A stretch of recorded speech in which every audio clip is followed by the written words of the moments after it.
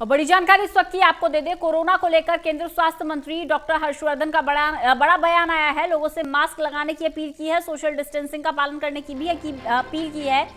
टीके की कालाबाजारी पर सख्त कार्रवाई करने की बात कही है।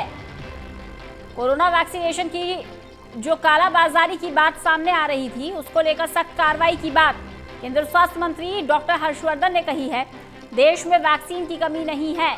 केंद्रीय स्वास्थ्य मंत्री डॉक्टर हर्षवर्धन का बयान, जहां कई राज्य ये शिकायत कर रहे हैं कि वैक्सीन की कमी है, वैक्सीन पर्याप्त संख्या में नहीं है, स्टॉक खत्म होता जा रहा है। उसके बाद केंद्रीय स्वास्थ्य मंत्री डॉक्टर हर्षवर्धन का बड़ा बयान, कहा कि वैक्सीनेशन की कोई कमी नहीं है।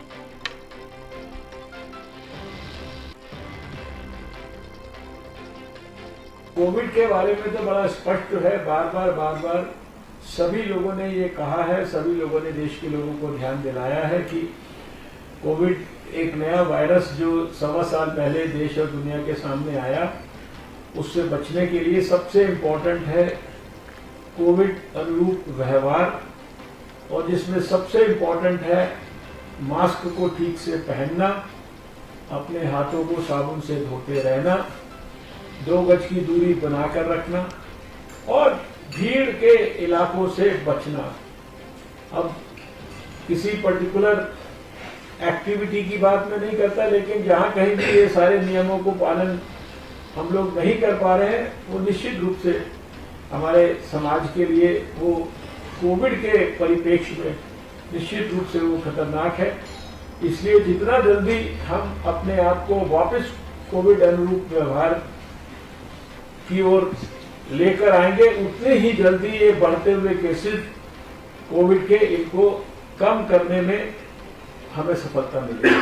सर, जिन राज्यों में थोड़े ज्यादा केस बढ़ रहे हैं, महाराष्ट्र अगर वहां से आपकी बात हो रही है, और खासतौर से क्योंकि उन लोगों ने वैक्सीन की कमी का भी बहुत जिक्र किया था कि वैक्सीन की कमी हो, देखिए, मैंने ये बात कई बार कहा है कि देश में कोई वैक्सीन की कमी नहीं है।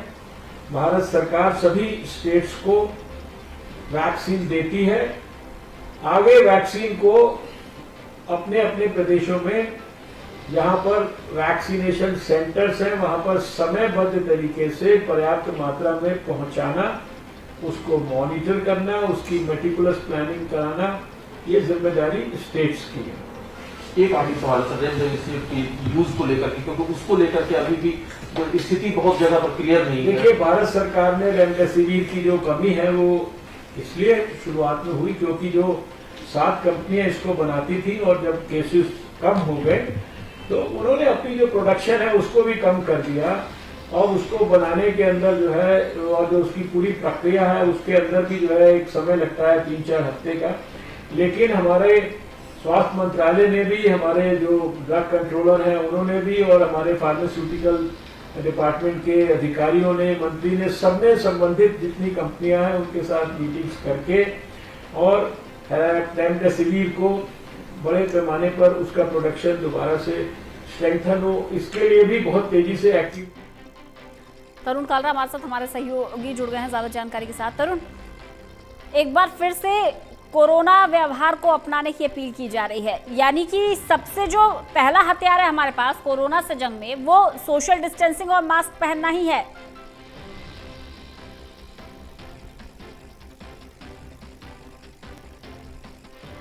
तरुण, मेरी आवाज आपको मिल रही है? जी, आपकी आवाज आ रही है मुझे। जी बिल्कुल, लगातार केंद्र सरकार लोगों से इस बात का आह्वान कर रही है कि प्रशासन की तरफ से जो उचित बंदोबस्त है कोरोना की सेकेंड लहर से निपटने के लिए, वो अपने प्लेस पर हैं। लेकिन इसका मतलब ये नहीं है कि आप अपनी जिम्मेदारी भूल जाएं। खासतौर पर जो सोशल वैक्सीन है हमारी, उसका इस्तेमाल जरूर हर एक व्यक्ति को करना चाहिए। और जो बढ़े हुए आंकड़े सामने आ रहे हैं वो कहीं ना कहीं इसी और इशारा कर रहे हैं कि लोग बेपरवाह हो रहे हैं। लगातार सब मंच से केंद्र सरकार के लगभग सभी मंत्री यही दरख्वास्त कर रहे हैं लोगों से, क्योंकि ये एक आम आदमी के भी जहन के अंदर बात है। जब भी आप मार्केट में चले जाएं तो महसूस होता है कि इतनी बड़ी भीड़ है, किसी व्यक्ति को कोरोना नहीं होगा इसका कोई कारण ही नहीं है। मसलन कि मास्क पहने हुए लोग बहुत ज्यादा नहीं दिखाई देते, सोशल डिस्टेंसिंग तो बहुत दूर की बात रह गई है, सेल्फ हाइजीन, होटल्स का बिजनेस आप देख रही हैं, खाने पीने की जो छोटे मोटे ठेले हैं वहां पर भी इतनी भीड़ लगी रहती है। लिहाजा लोगों ने जो लॉकडाउन के दौरान अपनी जिंदगी का हिस्सा जिन पद्धतियों को बना लिया था, सुबह उठकर काढ़ा पीना, हल्दी डालकर गर्म पानी का सेवन करना, रात में सोते हुए ज्यादा हैवी अपना डिनर नहीं करना, कई ऐसे नुस्खे थे जिससे शरीर स्वस्थ रहेगा, तभी हम कोरोना से निपट पाएंगे। ये चीज अभी तक क्योंकि कोरोना की लड़ाई के अंदर 100% एफिकेसी वाली कोई वैक्सीन डेवलप नहीं हुई है, तो ये जो वैक्सीन है हमारी सोशल वैक्सीन, वो सबसे बड़ा रामबाण है। और कब तक सरकार को मतलब ये कहना कितना ठीक रहेगा कि हर एक चीज के लिए हम सरकार की तरफ मुंह थोड़ी ना देख सकते हैं जी। कि कोई सरकार आके ही हमें मास्क पहना दे, या कोई व्यक्ति खड़ा होगा तभी हम सोशल डिस्टेंसिंग का पालन करेंगे, या फिर सरकार का डंडा होगा तभी हम अपनी हाइजीन को क्रिएट रखेंगे। ये सब चीजें तो हमें खुद से जब तक नहीं करेंगे तब तक सरकारें पूरे 24/7 हमारे ऊपर सीसीटीवी कैमरे से निगरानी तो रख नहीं सकती है। बिल्कुल। तो अभी तक के चलन के अंदर मार्केट के अंदर जो व्यवहार लोगों का है, हमारे शादी के जो आयोजन है उन पर जो व्यवहार देखने के लिए मिल रहा है लोगों का, उससे यही समझ आ रहा है कि सरकारी प्रयास ठीक है, वैक्सीन की थोड़ी बहुत कहीं पर कमी हो सकती है। दिल्ली के अंदर ऐसी कोई बेतहाशा कमी नहीं है कि लोगों को घंटों लाइनों के अंदर खड़ा होना पड़ रहा है। मेरे पेरेंट्स खुद गए थे वैक्सीन लगवाने के लिए और 10 मिनटों के अंदर ये प्रोसेस खत्म हो गया था। खबर तो ये तब हमने की थी कि वैक्सीन के प्रति लोग उदासीन हैं, शंका के अंदर है, वैक्सीन लेने नहीं आ रहे हैं। 80% एफिकेसी उनको भारी पड़ रही है 20% एफिकेसी ना होने पर। तो ये तो अपने आप में बड़ी अचंभित करने वाली बात है कि लोग नेगेटिव चीज को इतना अट्रैक्ट कर रहे हैं कि 80% एफिकेसी वाली वैक्सीन को ही सवालों के घेरे में खड़ा कर रहे हैं। तो बार बार हम रिपोर्टर्स भी ये महसूस करते हैं कि जो लोगों का व्यवहार था वो कहीं ना कहीं तर्कसंगत नहीं रहा है, और कोरोना की दूसरी लहर जो इतने रिकॉर्ड तोड़ रही है उसके पीछे सबसे बड़ा कारण, इसके लिए कोई रॉकेट साइंस की जरूरत नहीं है। बिल्कुल। तरुण, एक सवाल ये, लगातार हम देख रहे हैं कि जो हमारे स्वास्थ्य वर्कर हैं, जो हमारे स्वास्थ्य कर्मी हैं, वो कोरोना पॉजिटिव पाए जा रहे हैं, और विशेष रूप से वो जिन्हें दोनों डोज लग चुकी हैं कोरोना वैक्सीन की। तो क्या इस पर कोई टिप्पणी स्वास्थ्य मंत्री की तरफ से की गई है? देखिए, आज जो आयुष का प्रोग्राम चल रहा है देशव्यापी, उसको 3 साल पूरे हुए हैं, तो उस मौके के ऊपर एक कार्यक्रम वर्चुअल कॉन्फ्रेंस के जरिए हुआ था, उसमें डॉक्टर हर्षवर्धन बोल रहे थे।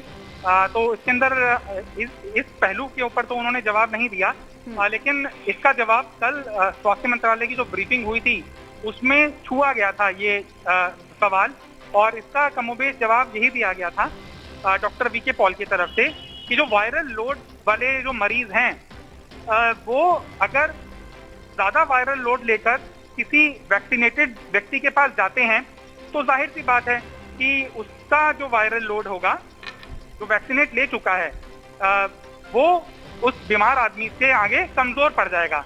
और लगातार अगर एक व्यक्ति वैक्सीनेट हुआ जिसके अंदर हर्ड इम्यूनिटी डेवलप होने शुरू हुई है, और एक ऐसा व्यक्ति जो पूरी तरह से संक्रमित हो चुका है, हजारों की संख्या में वो रोजाना उन ऐसे मरीजों के बीच में रहेगा, तो क्या कौन जीतेगा, इसको आसानी से समझा जा सकता है। हेल्थ केयर वर्कर जो वैक्सीनेट हुए हैं वो अति गंभीर स्थिति के अंदर नहीं पहुंचेंगे, और जो मोर्टेलिटी रेट है वैक्सीन लेने के बाद वो घटाया जा सकेगा। वैक्सीन लेने के 2 सबसे बड़े मकसद यही हैं। तीसरा मकसद ये है कि लोग संक्रमित कम संख्या के अंदर हों, लेकिन जो 2 मकसद हैं वो इस वैक्सीन से हल होते हुए 100% दिखाई देते हैं जी। लेकिन अगर आप पूरे वैसे ही इन्वायरमेंट के अंदर रहेंगे तो कभी ना कभी तो ऐसा वायरल लोड वाला व्यक्ति आपके समक्ष आ ही जाएगा जिसके अंदर कोरोना का जो संक्रमण है वो बहुत ही खतरनाक स्थिति में है, तो वो कहीं ना कहीं संक्रमित आपको कर ही देगा। तो ये तो एक व्यक्ति बनाम कई व्यक्तियों की लड़ाई है, और जो हमारे हेल्थ केयर वर्कर हैं उनके बलिदान को भी लोगों को समझना होगा जी। जितने मर्जी पैसों की अगर हम बात कर लें, व्यवसायिक गतिविधियों की बात कर लें, अस्पतालों पे तोहमत लगा लें, लेकिन उनके प्रति ग्रेटिट्यूड अगर हम नहीं रखेंगे कि तमाम मुश्किलों के बावजूद उस व्यक्ति को क्या पड़ी है मौत के मुंह में आकर हमारा इलाज करने की, वो भी तो घर में छुट्टी कर सकता है या रेजिग्नेशन दे सकता है, जब हालात ठीक हो जाएंगे तब वो ज्वाइन कर लेगा। लेकिन वो अगर अपनी सामाजिक जिम्मेदारी समझकर सामने आकर हमारी रक्षा के लिए हमें उपचार दे रहा है तो उस व्यक्ति के प्रति हमें थोड़ा तो कृतज्ञवान होना ही चाहिए। और नेगेटिव चीजों को अपने ऊपर अगर इन्फ्लुएंस लगातार करते रहेंगे तो जो अच्छी चीज है उसके अंदर भी हमें खोट दिखाई देगा। जो लगातार लोगों को ऐसा ही सोच में समझ आ रहा है कि नेगेटिव चीजों को, जो चीजें हमें हमारे उपचार को कहीं ना कहीं कमतर साबित करेंगी, वो ज्यादा हमारे ऊपर डोमिनेट कर रही हैं, बजाय इसके जो ज्यादा परसेंटेज के ऊपर अच्छी चीजें हैं वो कमतर साबित हो रही हैं। तो ये एक साइकोलॉजिकल डिसबैलेंस है जिसको हम ओवरकम नहीं कर पाएंगे तो 90% एफिकेसी वाली वैक्सीन क्या, 95% वाली एफिकेसी वाली वैक्सीन क्या, कोई भी हमारे ऊपर कारगर साबित नहीं हो। जी चलिए, बहुत बहुत शुक्रिया तरुण।